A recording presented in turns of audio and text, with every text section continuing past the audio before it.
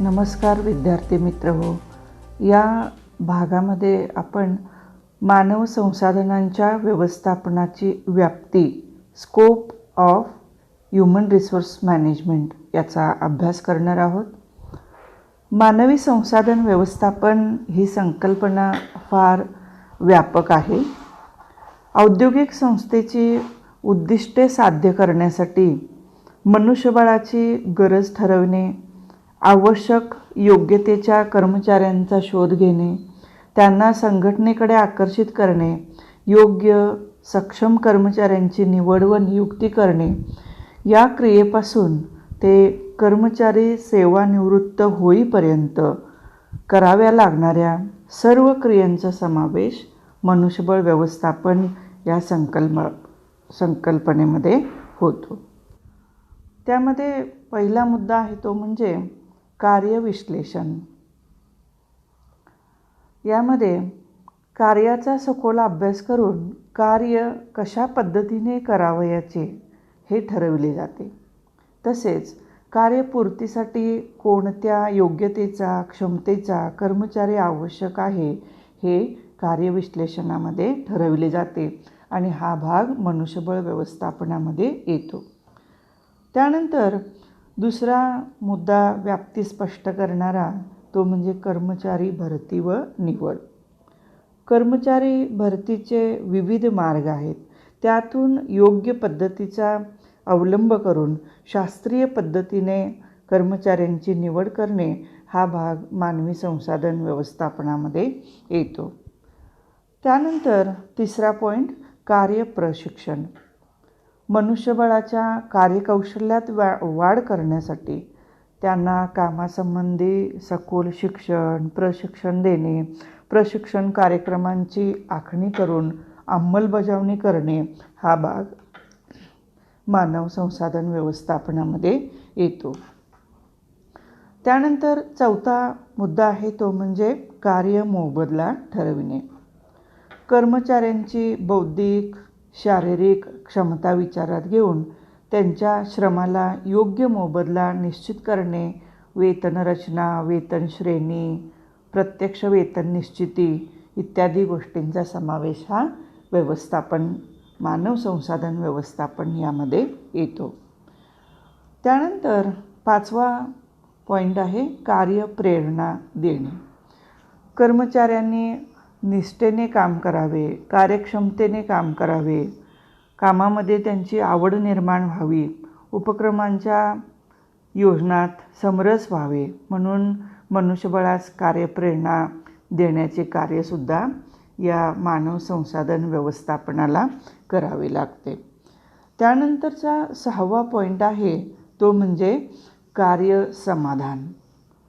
कर्मचाऱ्यांना ते करीत असलेल्या कामामध्ये शारीरिक असू दे, मानसिक, आर्थिक समाधान मिळायला पाहिजे, तेव्हाच त्यांची कार्यक्षमताही वाढू शकते. त्यामुळे कार्यसमाधान मिळवून देण्याचं काम या मानव संसाधन व्यवस्थापनामध्ये केले जाते. त्यानंतर सातवा पॉईंट आहे कर्मचारी विकास व कल्याण.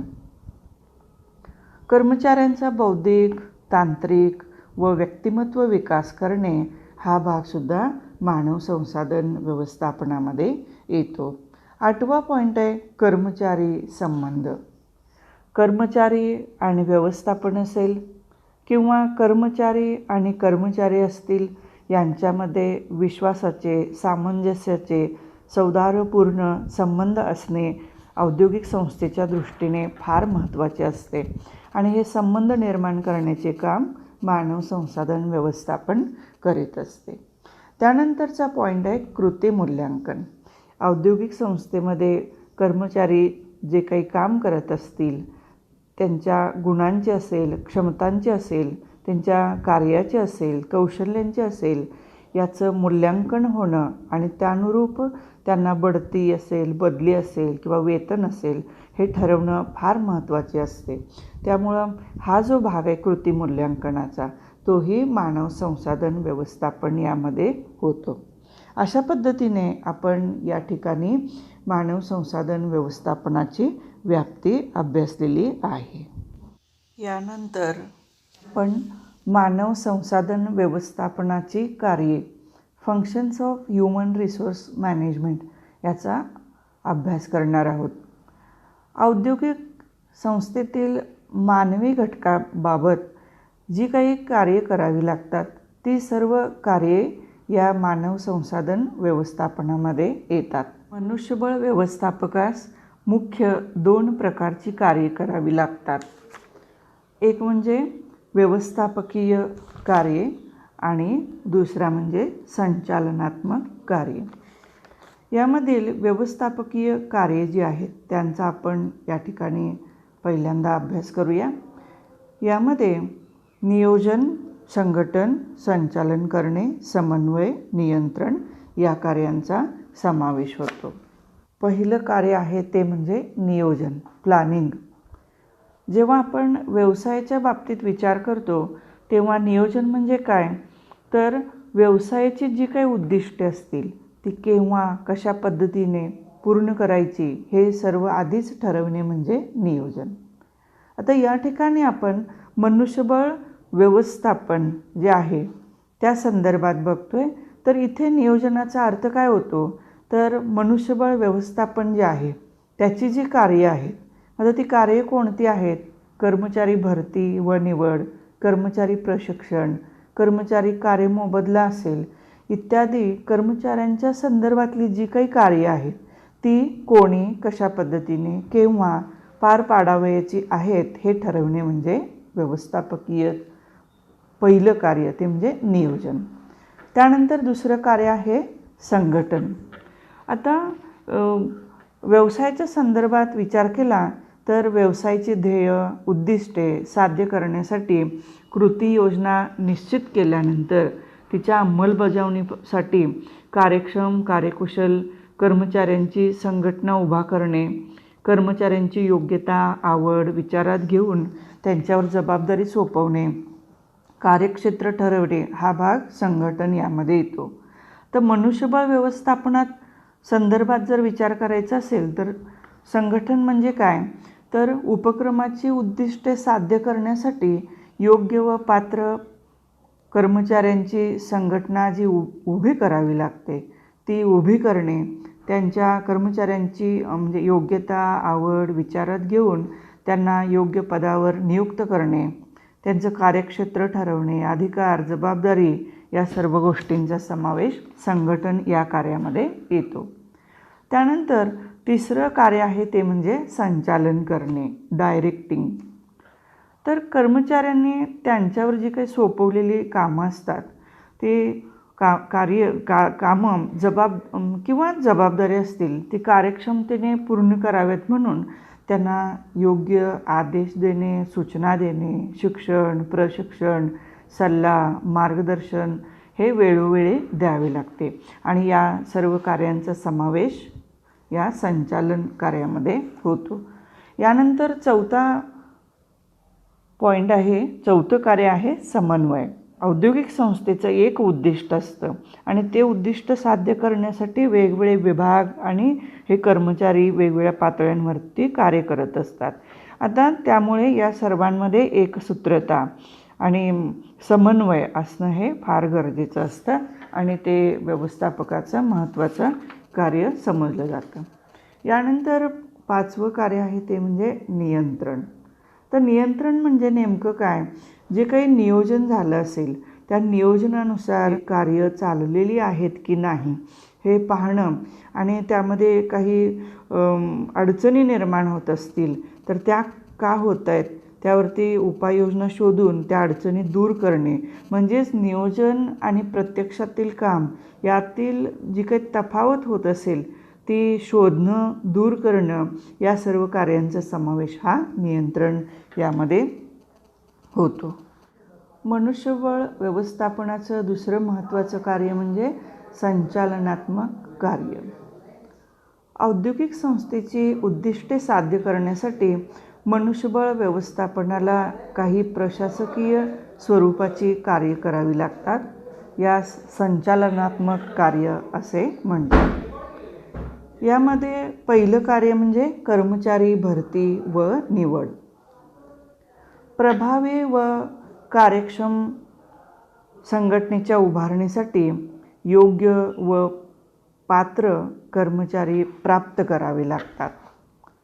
मनुष्यबळ व्यवस्थापनाला कर्मचारी भरती व निवड या माध्यमातून पात्र कर्मचारी प्राप्त करण्याचं काम करावं लागतं. त्यानंतर दुसरं जे कार्य आहे यामध्ये ते प्रशिक्षण कार्यक्रमांचे आयोजन करणे. औद्योगिक संस्थेतील नवीन तसेच जुन्या कर्मचाऱ्यांना नवनवीन संशोधनामुळे असेल, बदलत्या तंत्रज्ञानामुळे असेल, कार्यप्रशिक्षण हे द्यावे लागते. प्रशिक्षणाचा मुख्य उद्देश असतो कर्मचाऱ्यांच्या ज्ञानात, कौशल्यात, कार्यक्षमतेत वाढवून त्यांचे व्यक्तिमत्व विकसित करणे. कार्यप्रशिक्षण हे कार्यप्रेरणेचाच एक भाग आहे असे समजले जाते. सखोल कार्यप्रशिक्षणामुळे वैयक्तिक कर्मचाऱ्याप्रमाणे व्यवसाय संस्थेला विविध लाभ प्राप्त होतात.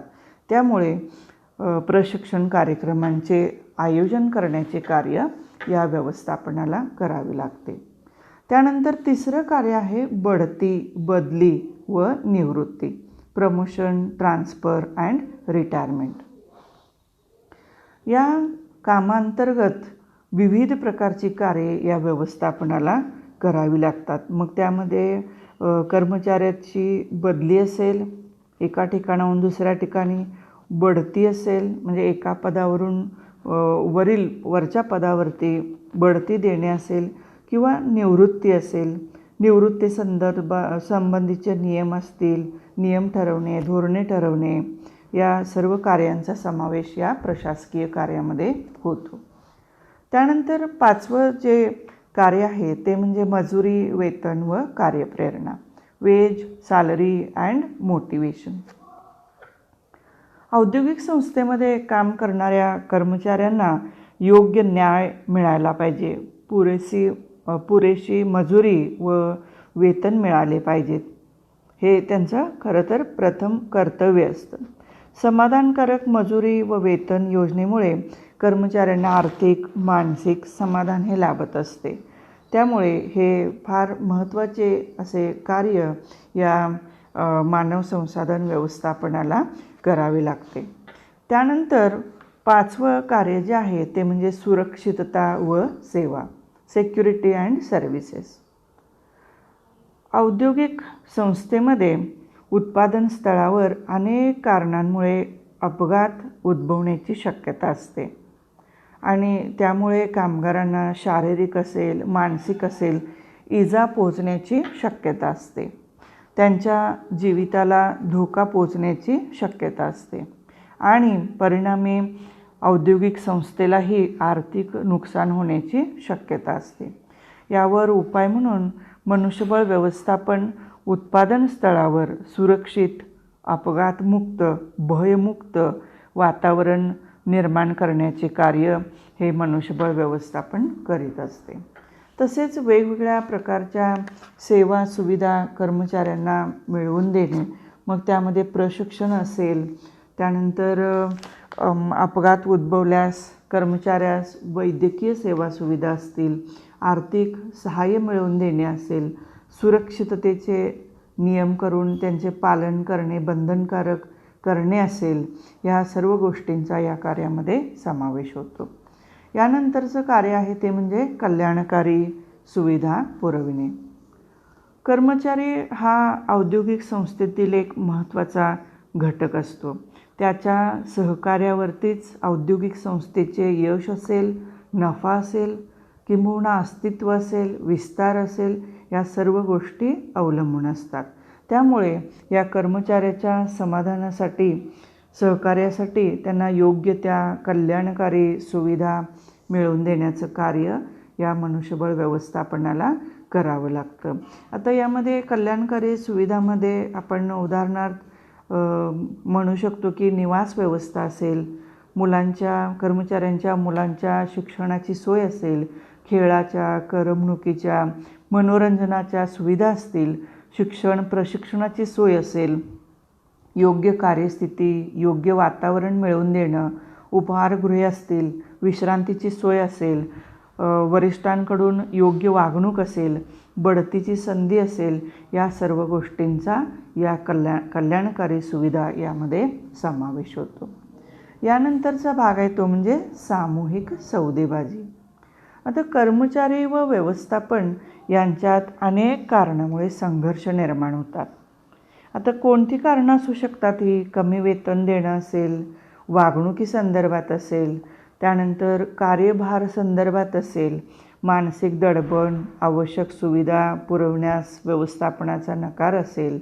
यामुळे हे संबंध जे आहेत कर्मचारी व व्यवस्थापन यांच्यामधील संबंध बिघडू शकतात.